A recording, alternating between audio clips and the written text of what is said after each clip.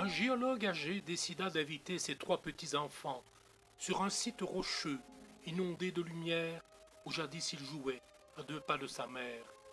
Une femme comblée, au regard triomphant, qui sentait son cœur battre au sein de son enfant.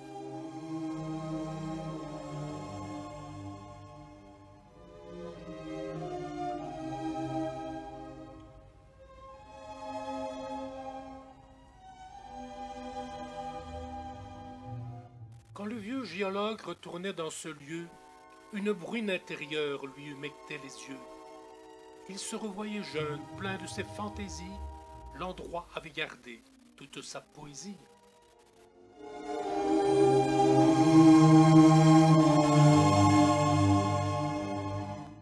Martelez, piochez, prenez de la peine, c'est le rocher qui manque le moins, dit-il à haute voix, exprimant le besoin de se montrer joyeux avec cette rengaine, plagiant le laboureur, sentant sa fin prochaine, car il ne voulait pas que sa mélancolie altère tant soit peu cette journée bénie.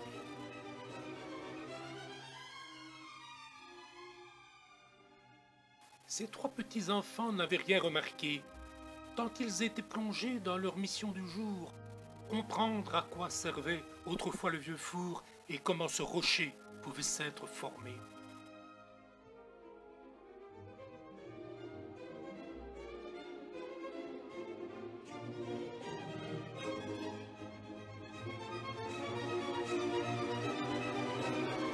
À peine avait-il martelé l'affleurement, celui-ci présenta un merveilleux fossile, aux formes singulières, encroûté dans la roche, que le vieux géologue, aidé de sa pioche, put extraire sans peine de sa gangue d'argile.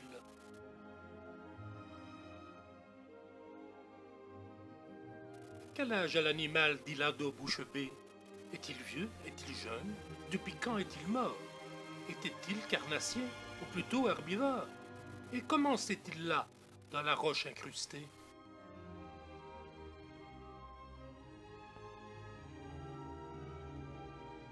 Le grand-père répondit. Il s'agit d'une espèce très connue de coraux. Celle-ci vit solitaire, d'autres en colonie. Avec certaines algues, elle vit en harmonie, et dans les eaux de mer puise ses minéraux.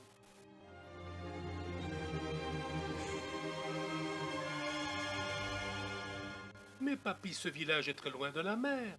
Comment ces animaux ont-ils pu vivre ici avant qu'on ne les trouve pétrifiés ainsi, dans ce méli-mélo fait de roches et de terre?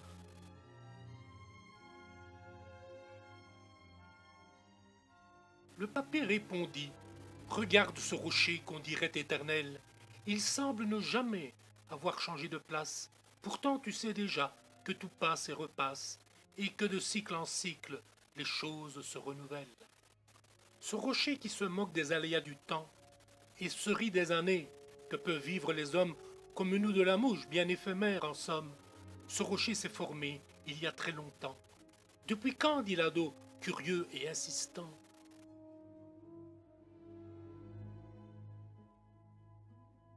190 000 fois l'âge de l'ère chrétienne nous sépare de l'époque appelée dévonienne, où notre Wallonie et sa faune locale connaissaient le climat des régions tropicales.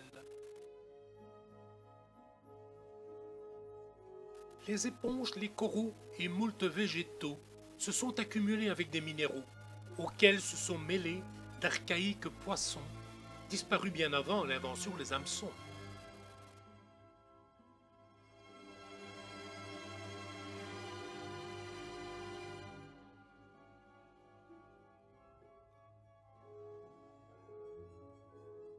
Puis ce fut la pression des mouvements tectoniques qui plissa les dépôts du Paléozoïque.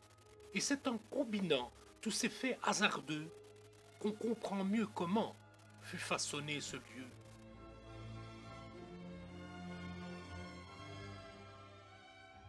Mais là n'est pas la fin de la transformation, qui dut subir ensuite une forte érosion. Alors que les reptiles envahissaient la terre, ce rocher s'éroda par des moyens divers. Le vent, la pluie, le gel, les rivières et les mers ont peu à peu rongé le sommet du plissement et ont parachevé l'actuel affleurement.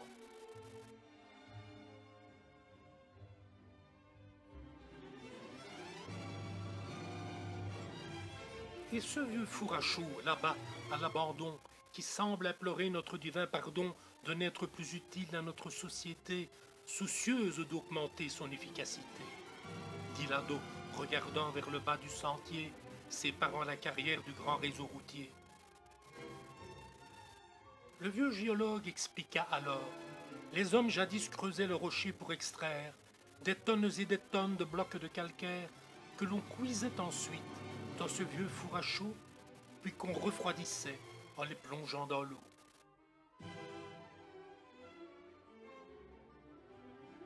Nos ancêtres déjà s'en servaient pour bâtir, pour isoler les murs, pour peindre et revêtir ce qui était sujet aux grandes intempéries et pour désinfecter, tuer les bactéries. Ils étaient quelque peu écartés du rocher et du vieux cimetière, ils s'étaient rapprochés.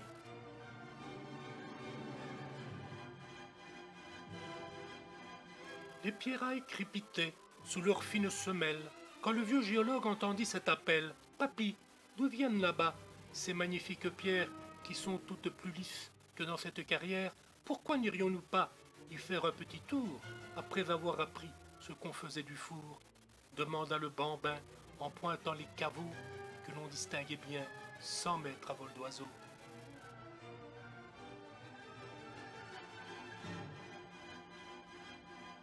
Le vieil homme sursauta et répondit, ému. « Là-bas dorment les gens que jeunes j'ai connus. C'est là que se reposent et mon père et ma mère, qu'un jour je rejoindrai avec votre grand-mère. »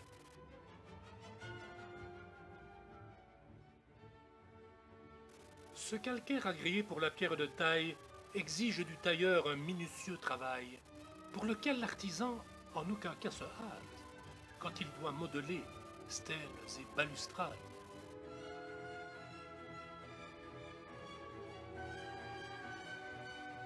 Ma stèle est déjà prête, elle n'attend que ma date de mon décès, de ma vie de primate, cette date fatale, cette date finale de ce segment de temps infinitésimal.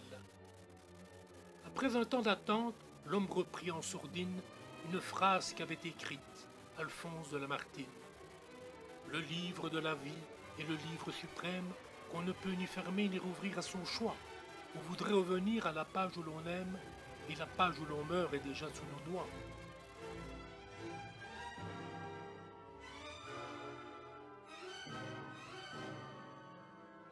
Puis il se rendit compte que leur belle promenade avait changé de forme, et cette sérénade sur la vie et la mort, l'infini, l'éphémère, qui ne laissait la place qu'à de vaines chimères, risquait de compromettre toute la réussite d'une journée studieuse dans ce merveilleux site.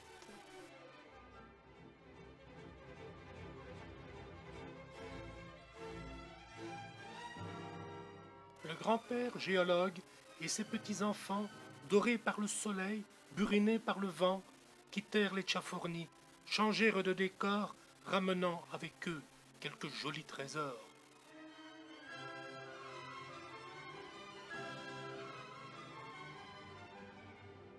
Le texte en italique est extrait de ma publication en hommage à Lucien Pire. Je l'insère ici, après mon poème, car me semble-t-il, Lucien et moi avons quelques penchants romantiques semblables. Je lis ce texte. Dans ce dernier chapitre, je propose à ceux qui connaissent le wallon liégeois une traduction de ce dernier poème écrit en français. Je suis particulièrement attaché, car il est pour moi un peu ce que, quand je ne serais pu, était pour Lucien. Bien sûr, je préférerais le lire quand je suis en vie, mais rien ne m'empêche de penser que ma descendance pourra un jour l'obtenir par un amoureux du patois populaire liégeois. Depuis ma tombe, on peut voir cet affleurement peuplé de fossiles très anciens et où les gamins d'Angers, aussi turbulents que moi, osaient s'aventurer.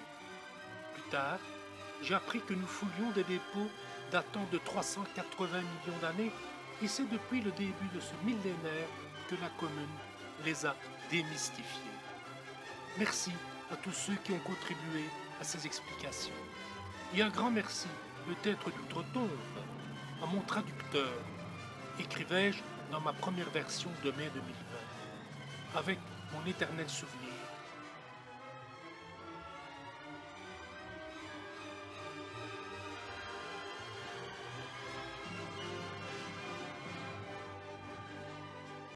MC Baldowens.